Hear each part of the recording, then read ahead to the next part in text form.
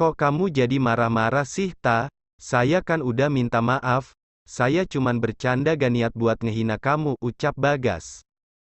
Aku tidak menggubris kata-kata Bagas. Aku hanya menatap Bagas sambil mengunyah makanan.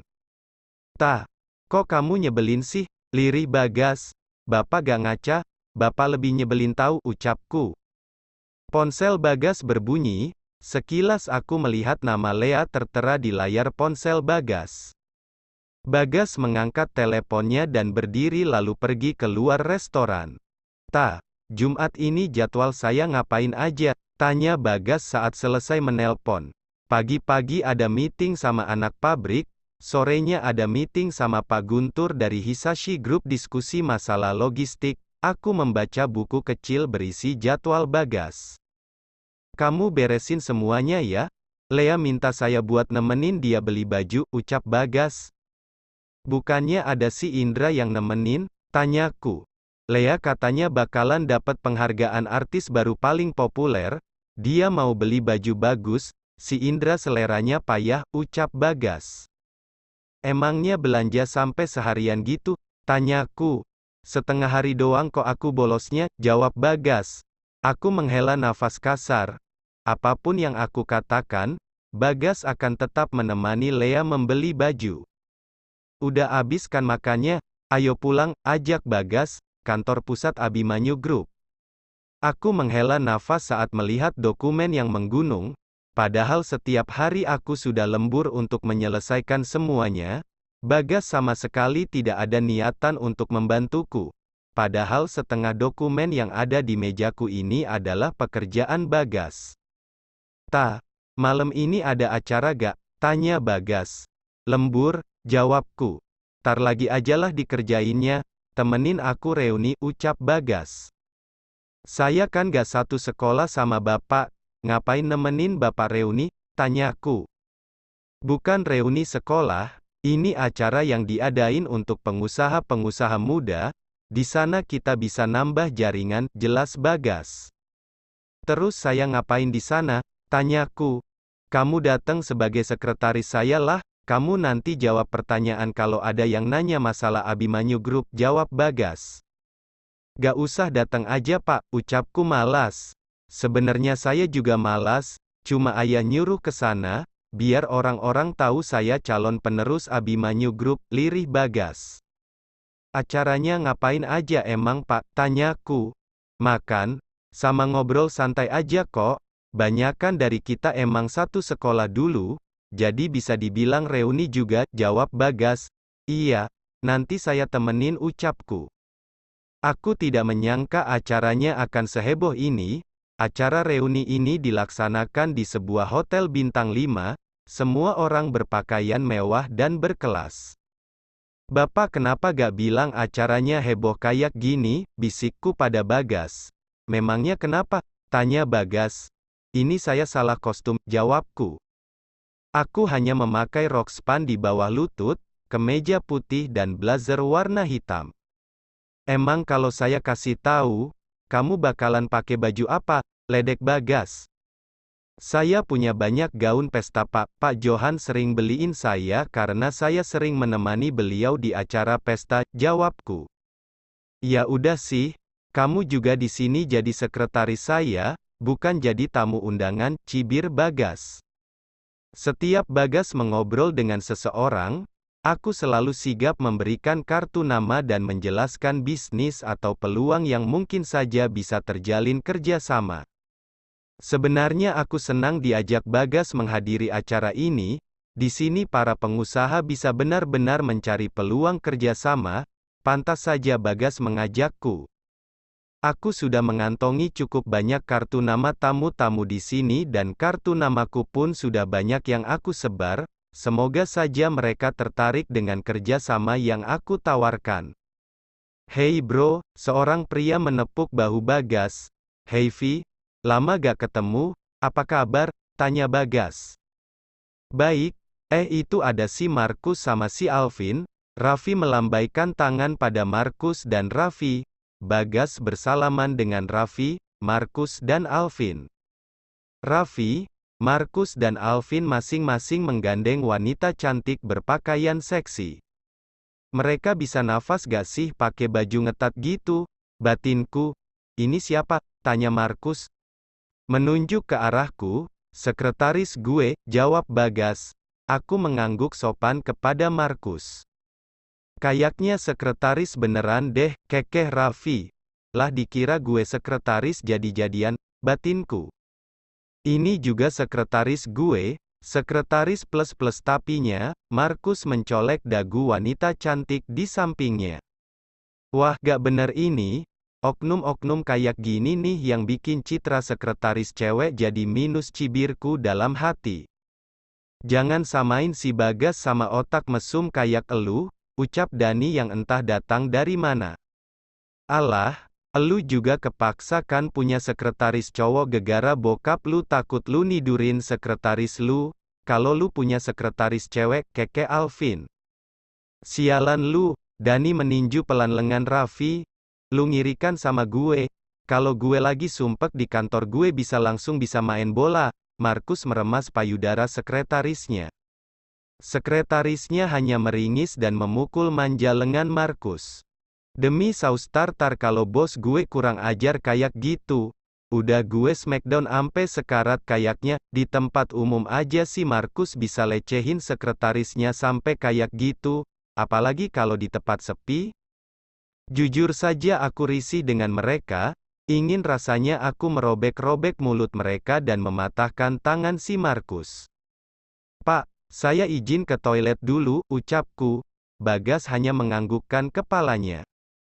Saat keluar dari toilet, aku bertemu Fadil. Lita, sapa Fadil. Fadil, aku membalas sapaannya. Sama Bagas, tanya Fadil. Iya, jawabku. Sebenarnya gue males dateng ke acara kayak gini, banyakan malah pamer-pamer, bukan ngejar prospek kerja sama, cibir Fadil. Kalau bukan perintah bos, saya juga males dateng ke sini, kekehku. Aku jadi teringat kejadian Markus yang kurang ajar pada sekretarisnya. Saat kami akan kembali ke ballroom tempat diadakannya acara, aku melihat keramaian di sana. Ada apaan tuh? Tanya Fadil. Gak tahu, aku mengangkat bahu. Oh, si Lea ama Kenzo datang, ucap Fadil setelah memanjangkan lehernya untuk mengintip penyebab keramaian di sana. Lea katanya mau nerima penghargaan ya? Tanyaku pada Fadil. Kok lu tahu? Tanya Fadil. Pak Bagas ngosongin jadwalnya di hari Jumat nanti buat nemenin Lea milih baju, jawabku. Gila emang si Bagas, cibir Fadil. Lea terlihat sangat puas saat dirinya menjadi pusat perhatian. Semua orang berlomba-lomba untuk sekedar menyapanya. Berbagai kata pujian saling bersahutan untuk Lea. Bahkan dia tidak keberatan ditatap lapar oleh sebagian laki-laki yang ada di sini. Makin cantik aja nih princess yang satu ini, puji Markus sambil mencium tangan Lea.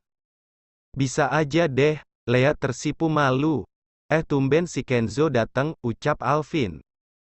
Iya, aku yang maksa dia datang, ucap Lea dengan suara manja. Kenzo hanya diam. Dia tidak mengeluarkan satu patah kata pun. Oh iya dan, gue dengar perusahaan lu bakalan ngadain pesta anniversary ya minggu depan? Tanya Raffi. Iya, tar undangannya gue anterin, ucap Dani. Lea nanti datang sama siapa? Tanya Markus. Kenzo, nanti datang sama aku ya? Pinta Lea. Lihat entar aja, jawab Kenzo malas. Kalau Kenzo gak mau, aku dengan senang hati nemenin kamu ke pesta. Markus mengeluarkan jiwa buaya daratnya. Kalau si Lea datang sama si Kenzo, lu datang sama siapa Gas? Tanya Raffi. Gak tahu, lihat entar aja, jawab Bagas dengan nada rendah. Ajak Lita ya jangan lupa, ucap Dani. Lita siapa? Tanya Alvin. Cewek tadi, sekretarisnya Bagas, jawab Dani. Nah gandeng aja si Lita kalau gak punya gandengan, goda Raffi pada Bagas. Diogah, tar dia malu-maluin gue, cibir Bagas, hahaha. Dari Lea ke Lita tuh bagaikan dari princess ke upik abu, Markus tertawa terbahak. Emang kenapa? Si Lita cakep kok, ucap Dani. Mata lu rabun apa gimana? Cakep dari mananya coba? Dandannya formal banget kalau gue ngegandeng dia. Entar disangka gue bawa dosen ke pesta, sinis Bagas. Sekretaris Lukaku ya? Tanya Alvin. Banget, hobinya ngamuk-ngamuk, gak bisa diajak santai, kalau bukan karena ayah udah gue tendang dari dulu, ucap Bagas. Heh cuman Lita yang tahan sama elu, cibir Dani. Nanti Lita aku kasih pinjem baju aku, biar entar gak malu-maluin datang ke pesta, ucap Lea. Dipakein baju bagus juga percuma aja, kamu gak lihat makeup dia kayak apa, leher sama tangannya aja beda, cibir Bagas. Aku mengepalkan tangan mendengar cemoohan dari mereka, aku tidak menyangka Bagas akan menjelekkanku sampai sebegitunya. Sepertinya Bagas dan teman-temannya tidak menyadari keberadaanku dan Fadil yang berjarak hanya beberapa meter saja dari mereka. Lu gak apa-apa, Fadil menepuk bahuku. Gue gak apa-apa kok, gue keluar dulu ya Dil. Nyari udara seger, ucapku. Gue temenin Fadil mengekoriku dari belakang. Aku duduk di sebuah kursi di pinggir kolam renang. Fadil memberiku minuman soda dan beberapa makanan ringan. Jangan diambil hati ya, Ta. Si Bagas emang kadang ngomongnya pedes, ucap Fadil. Santai aja kali. Semua yang diomongin Bagas bener kok, kekehku. Kamu cantik kok, ucap Kenzo yang tiba-tiba berada di belakangku. Kenzo, ngapain di sini? Tanyaku. Kenzo hanya mengangkat bahunya cuek. Lu harus bangga Ta. Ini pertama kalinya loh gue denger si Kenzo muji cewek cantik. Fadil bertepuk tangan heboh. Makasih kakak, ucapku sok imut. Kenzo hanya terkekeh melihat wajahku yang sok imut. Emang bedak gue ketebalan ya? Aku berkaca di layar ponsel. Biasa aja sih kalau kata gue.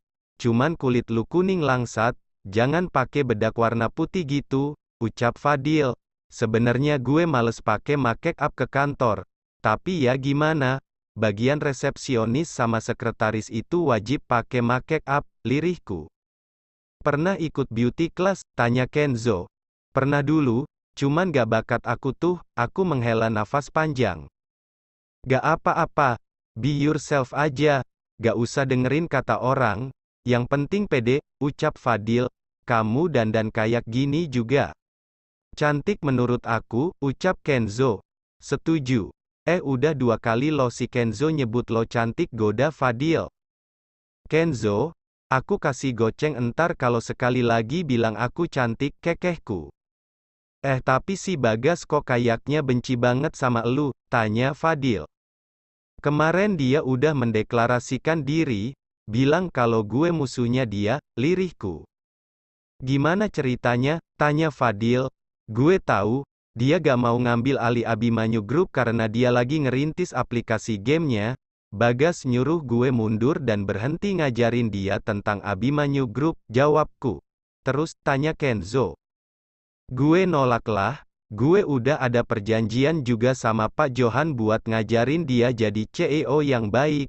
Abis itu dia deklarasi perang. Dia bakalan ngelakuin cara apapun biar gue nyerah buat ngajarin dia, lirihku. Si Bagas keterlaluan banget sih. Dia kan ribut sama ayahnya. Kenapa harus nyiksa kamu segala? Ucap Kenzo dengan suara rendah. Kenzo, kamu sama Bagas bener gak akur ya? Bagas minta aku jauhin kamu, ucapku. Lah kenapa? Ngapain dia ngatur-ngatur kamu segala harus deket sama siapa? Tanya Kenzo emosi. Kenzo sama Bagas tuh sebenarnya udah temenan dari SD, kekeh Fadil. Aku menutup mulut dengan tangan. Gue, Dani, Farel sama Elena ketemu mereka di SMA. Tapi Kenzo sama Bagas itu udah temenan dari SD, tambah Fadil. Wow, plot twist sekali pemirsa, kekehku. Gue juga gak tahu dari kapan hubungan gue sama Bagas jadi renggang, lirih Kenzo. Apa gara-gara Lea? Tebakku, gue gak pernah nanggepin si Lea. Lagian gue tahu, si Lea deketin gue bukan pure cinta sama gue. Tapi gara-gara perusahaan yang bakalan gue warisin, cibir Kenzo. Anjir sumpah, Ini pertama kalinya gue denger lu julid sama orang, ucap Fadil heboh. Apaan sih lo, ucap Kenzo dingin. Terus si Bagas kok bisa bucin gitu sama Lea? Lea emang cantik sih. Cuman kalau gue mah ogah diinjek-injek kayak gitu walau cinta, aku bergidik ngeri. Bagas punya prinsip, hidup cuman sekali dan jatuh cinta pun hanya sekali, kekeh Fadil. Bagas ngira si Lea yang nyelamatin hidupnya dulu, lirih Kenzo. Terusin ucapku dan Fadil kompak, karena sepertinya Kenzo tidak berniat melanjutkannya. Lu inget pas acara Sabda Cinta Alam pas SMA? Gue, Bagas, Lea sama Cindy satu kelompok. Pas kita nemu sungai, topi si Lea lepas, si Bagas nyoba ngambil tuh topi, mungkin si Bagas nginjek batu yang ada lumutnya jadinya kepeleset, kejebur deh dia, terus dia keseret arus sungai. Gue tolongin si Bagas, pas dibawa ke darat, dia kayaknya nelen banyak air. Abis gue CPR beberapa kali, dia belum sadar juga. Terus gue minta si Lea buat kasih nafas buatan, ya kali gue kasih si Bagas nafas buatan, najis, Kenzo bercerita panjang lebar. Jadi si Bagas ngira si Lea yang nyelamatin dia, tanya Fadil. Pas Lea ngasih nafas buatan, si Bagas sadar, dan langsung meluk si Lea, terus bilang makasih udah nyelamatin dia, jawab Kenzo. Emang si Bagas gak liat elu basah kuyup? Lagian kayaknya lebih make sense kamu yang nolong dia deh daripada si Lea, tanyaku. Lea itu atlet renang dulu, dan kita semua basah kuyup.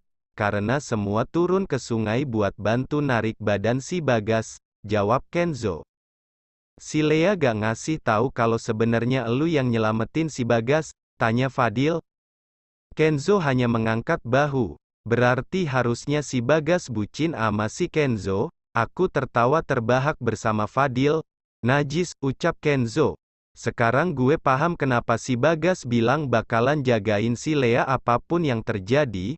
Paham sekarang kenapa si Bagas nerima aja udah diinjek-injek gitu sama si Lea, ucap Fadil.